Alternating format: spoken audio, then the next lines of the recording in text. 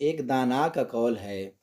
بہت ہی سمجھدار شخص یہ ارشاد فرماتے ہیں کہ تعلیم تو تربیت کے لیے تھی، نہ کہ نوکری کے حصول کے لیے، لیکن ہم نے تعلیم کا حصول نوکری بنا لیا۔